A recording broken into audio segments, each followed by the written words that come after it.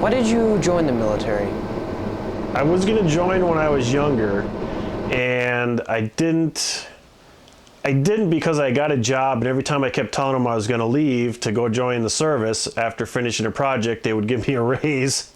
And after a couple of years of doing that, it turned into a really good career, and I ended up staying on the job. Now, when I met your mother and your future brother-in-law, Justin, he was just joined the Guard and told me that it wasn't too late, that I could still serve even at the late age of 31.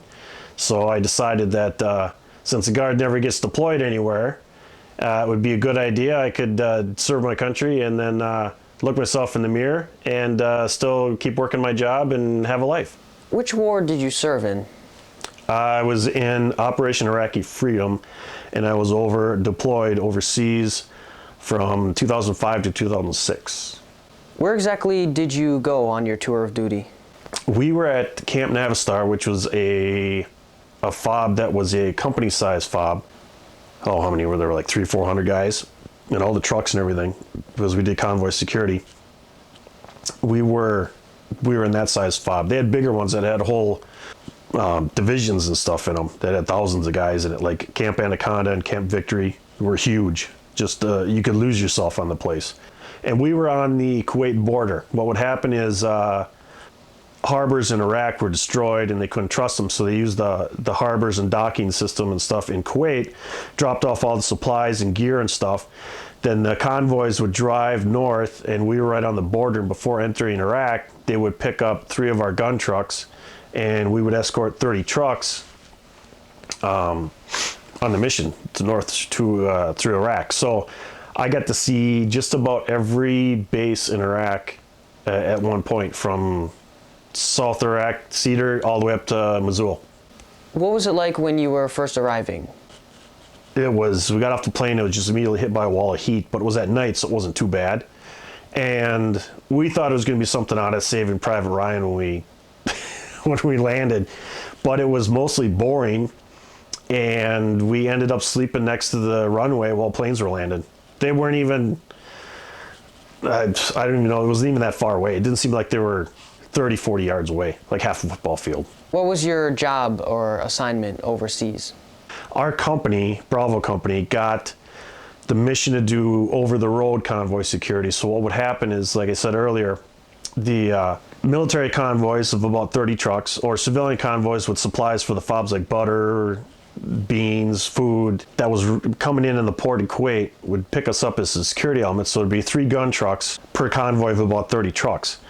And the truck drivers and stuff, they had personal arms on them, but they didn't have what we had. We had 50s and Mark 19s, and we had a lot of weaponry. It was about as much firepower on each truck as a whole platoon in World War II would have had. At the time, in 2005, that was just as they were starting to surge, and the roads were really bad, and IEDs were going off all the time, and we had just gotten the up-armored Humvees that were brand new, and we put on just a gazillion miles just driving around on them.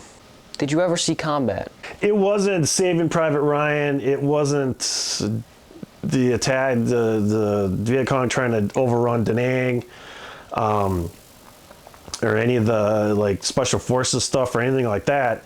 But it was, I mean, we had IEDs going off, and the routes would go, what they would call is, if the route was black, it was good to go. But if it went red, then that meant an IEDs went off someplace. And there were times where we were backed up. The convoys had probably a mile or two distance between them as they were going down the roads.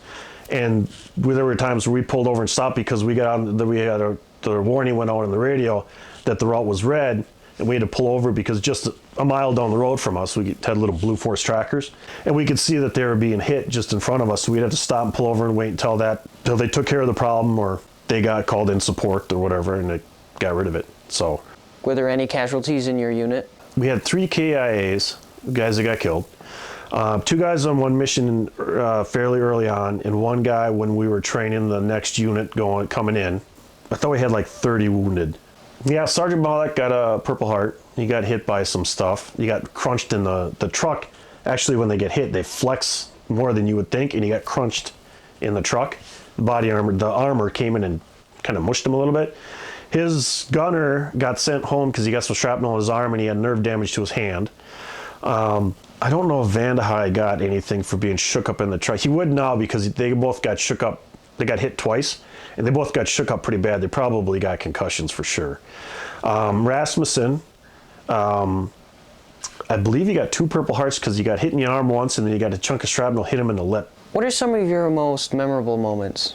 Probably Christmas would be like the thing that probably stands out the most because it was Sergeant Jarvie, probably my best friend from overseas and who later went on to be the first sergeant. We were both in the fob, so we decided to make a day of watching movies and just kind of hanging out. We had the day off, unbelievably, of everything that was going on. We were a couple of the few guys that weren't on a mission that day. So I actually had Christmas Day off, and we watched the original Convoy and Cannonball Run. I ate a whole box of Little Debbie Christmas tree treats, and we went to the chow hall. It was raining. It was a totally crappy day. Was there anything special you or your buddies did for good luck? Oh my gosh. Everything that everybody did was good luck. Everybody had something they were doing. It's just everybody is totally superstitious when you're getting shot at. So anything, and nobody rips on anybody else's idea of good luck because you don't know if that's the thing that's actually helping keep you alive. So I had 2 rosary beads, one from my mom, one from my grandma, that we hung from the rearview mirror. The gunner, Etienne, his sister kept sending him little plastic army men, and he kept them in his pocket on his IBA because he thought they were good luck. We wouldn't get his as long as you had them on him. So we couldn't start a mission unless he had the little army men on him.